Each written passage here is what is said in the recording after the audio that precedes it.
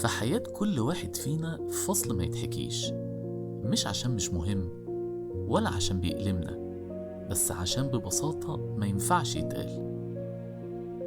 الكلام ساعات ما بيبقاش كفاية، وساعات تانية بيكون تقيل على القلب وعلى اللسان، حتى على اللي بيسمع كمان.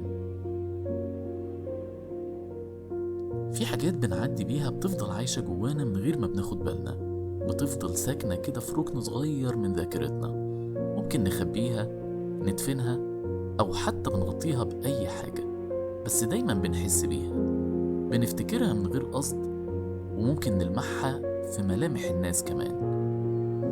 ممكن نسمع صداها في كلمة عابرة وقتها بنسكت، مش عشان نسينا، بس عشان مش قادرين نحكي. اللي ما يتحكيش مش لازم يكون حاجة كبيرة حصلت لنا، مش لازم يكون خيانة ولا وجع واضح.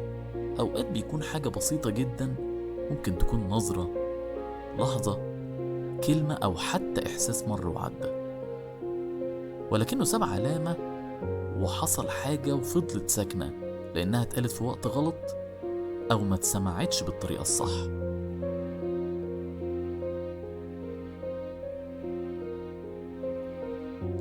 كلنا عندنا حاجة مش قادرين نحكيها، ومش شرط نفهم السبب. أوقات بنقول لنفسنا حاجات من عينة لما نهدى هنحكي، لما نلاقي الشخص الصح هنحكيله، أو لما يعدي وقت كفاية هنحكي. لكن الحقيقة إحنا بنفضل ساكتين، ويفضل اللي جوه زي ما هو، متشال فوق قلبنا، ومحدش شايفه ولا عارف يسمعه.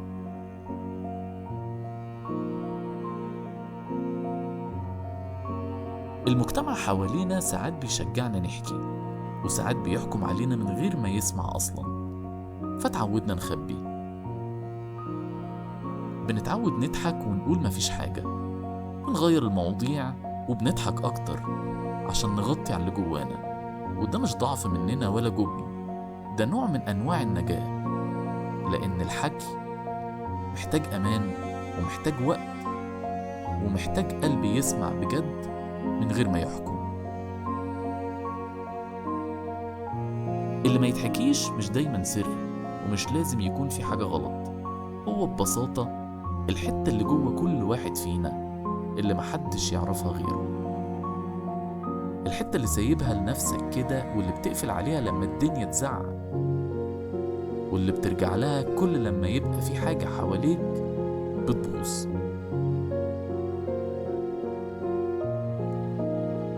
أوقات بنشوف في عينين الناس السكوت اللي شبه سكوتنا، ونعرف إنهم كمان شايلين حكايات ما اتحكتش. ويمكن دي أكتر حاجة بتجمعنا كبشر. كل واحد فينا مهما كان شكله أو صوته أو حياته أو لونه، عنده حاجة مخبيها وساكت عنها. مع الوقت بنتعلم نعيش مع الحكاية اللي ما اتحكتش. ممكن نسمعها جوه دماغنا ونرد عليها من غير صوت، بنبكي لوحدنا وبنضحك برضه لوحدنا، ونقول اهي حكاية وعدت، حتى لو لسه جواها حاجات ما خلصتش. في كلام لو اتقال بيكسر، ولو اتسكت عنه بيخنق، والاتنين صعبين. بس أوقات الصمت بيبقى أرحم، لأن مفيش ضمان إن اللي هيسمعك هيفهم، وبرضه مفيش ضمان إن اللي هيحكي هيخفف. عشان كده مفيش مشكلة إنك تسكت، مفيش عيب إنك تحتفظ بحاجة لنفسك، مفيش قانون بيقول إن كل حاجة لازم تتحكي. في مشاعر وأفكار وتجارب مكانها الحقيقي جواك مش بره. وفي الآخر اللي ما يتحكيش مش ضعف ولا نقص، هو جزء منك، جزء اختار إنه يسكت علشان يحميك، وده كفاية. لأن مش كل وجع محتاج شهود، مش كل ذكرى ينفع تتقال في جملة مفهومة. في حاجات مكانها بينك وبين نفسك، هتبقى أحسن وأفضل من أي ودن ممكن تسمعها. اللي ما يتحكيش ساعات بيكون هو الشيء الوحيد اللي فضل ثابت لما الناس اتغيرت، لما الحكايات اتشوهت، ولما الأماكن اللي كنت بتتحامى فيها اختفت. هو اللي فضل زي ما هو، عارف تفاصيلك، بيبقى ساكن فيها وساكت معاها.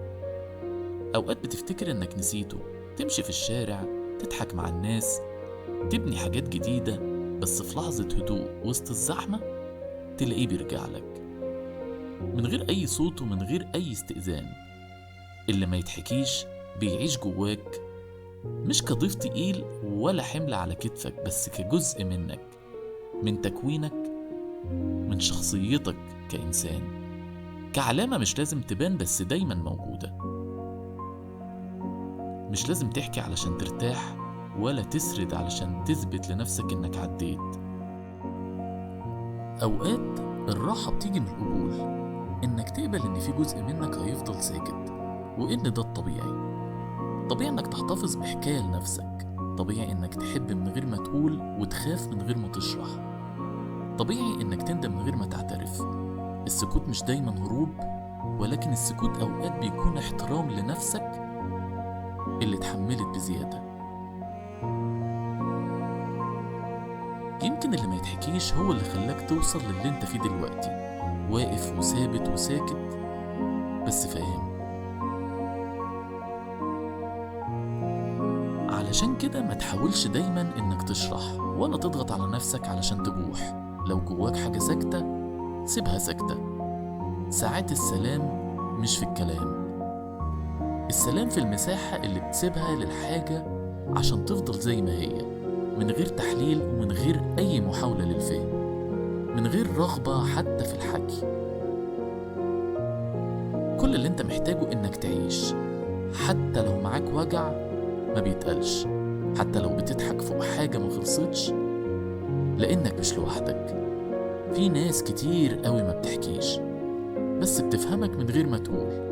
وفي الآخر الحكاية اللي ما اتحكتش مش ضايعة ولا ناقصة، هي بس مش بتاعة الوقت ده ولا بتاعة الناس دي، هي بتاعتك انت، وانت أدرى بيها، وساعات ده بيكفي. مش كل حاجة ناقصة محتاجة انك تكملها، ومش كل فراغ محتاج انك تملاه. في حاجات وجودها في المساحة الفاضية هو معناها. في سكوت أصدق وأبلغ من أي كلام، وفي وجع أحن من الشرح، وفي تفاصيل صغيرة لما بتسيبها من غير حكاية بتفضل نقية وبتفضل ليك. اللي ما يتحكيش مش دايما ضعف في التعبير، أوقات بيكون قوة في الاختيار. اختيار إنك تحافظ على حاجة جواك من العيون ومن التفسير ومن الجدل ومن الناس اللي مش مستعدة إنها تفهمك. اختيار إنك تقول لنفسك أنا مش محتاج أشرح علشان أصدق اللي أنا حاسس بيه، أنا مش محتاج أتكلم علشان أعرف أعدي، أنا مش مطالب أشرح نفسي لكل حد. أنت مش حكاية بتتقال ولا جملة بتتسمع وتتنسي، أنت حياة كاملة بما فيها من وجع وراحة وسكوت وكلام ووضوح وغموض في بعض الأحيان.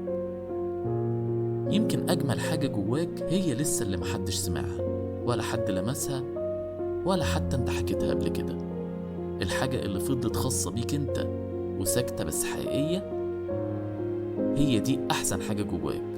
ودي مش حاجة تخبيها ولا حاجة تتكسف منها، دي ببساطة جزء منك انت.